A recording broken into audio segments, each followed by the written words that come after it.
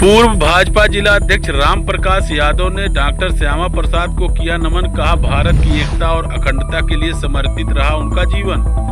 Bharatiya Janata party मंडल राय सुल्तानपुर की एक बैठक राज मैरिज हाल राय सुल्तानपुर में डॉक्टर श्यामा प्रसाद मुखर्जी के जन्म जयंती के अवसर पर भाजपा नेता मोनू मोदनवाल के नेतृत्व में कार्यक्रम का आयोजन किया गया।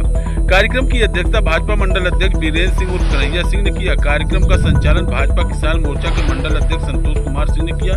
वहीं कार्यक्रम के मुख्य अतिथि भारतीय जनता पार्टी अम्बेडकर नगर जिले के पूर्व भाजपा जिला अध्यक्ष राम प्रकाश यादव ने रविवार को भारतीय जनसंघ के संस्थापक डॉक्टर श्यामा प्रसाद मुखर्जी के जयंती के अवसर पर उनके चित्र पर माल्यार्पण कर उन्हें श्रद्धांजलि अर्पित की।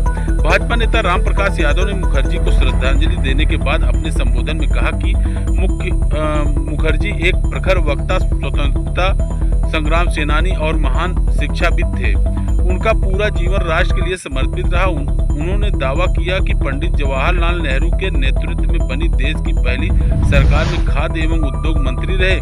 मुखर्जी ने नेहरू सरकार की तुष्टीकरण के नीति के विरोध में मंत्रिमंडल से इस्तीफा दिया था।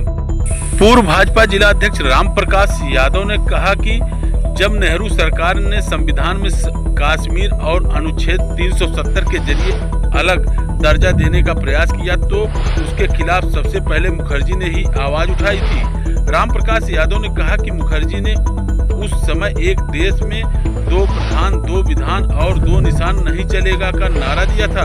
उन्होंने कहा कि प्रधानमंत्री नरेंद्र मोदी ने कश्मीर में अनुच्छेद 370 को समाप्त करके कश्मीर को भारत के संविधान के अनुरूप शेष भारत के साथ जोड़ते हुए एक विधान, एक प्रधान और एक निशान के साथ देश लोकतांत्रिक धारा के साथ जोड़ने का अभिनव प्रयास किया।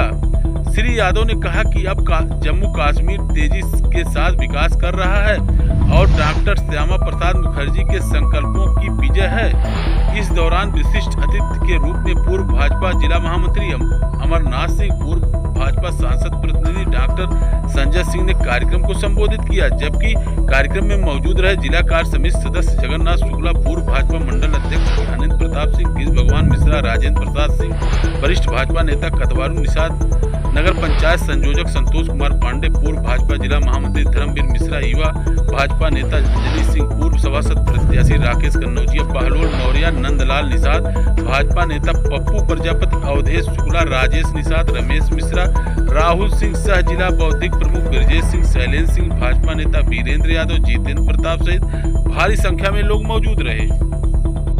और उस समय इतनी बड़ी विकट थी, अंग्रेज के राज थे और शासन में दिक्कतें थी।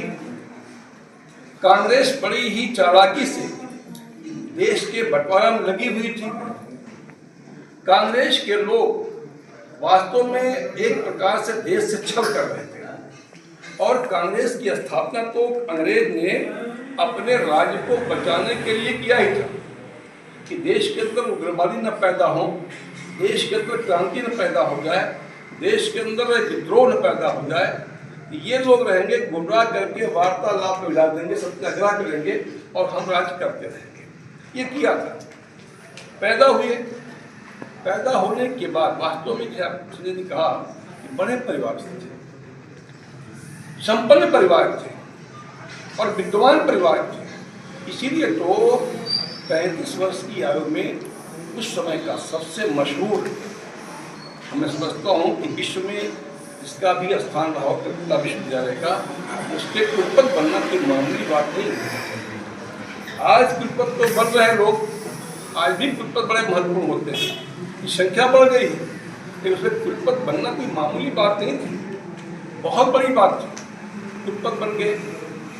कुलपति बनने के बाद भी उनका मन लगा कि देश की सेवा करनी चाहिए और देश की सेवा करने के लिए उस समय एक मुस्लिम लीग का जो चाल चला जा रहा था, जो जवाहरलाल नेहरू स्वीकार कर रहे थे कि देश का बंटवारा हो जाए, देश के बंटवारे से वो प्रसन्न नहीं थे। देश का बंटवारा न हो इसका वो प्रयास कर रहे थे। एक बड़ी आप बताया ना बेरुवारी, अगर वो एक जिला चला गया होता तो बंगाल पूरा का पूरा चला गया। तो लड़े, उसमें संघर्ष किया, उस समय उन्होंने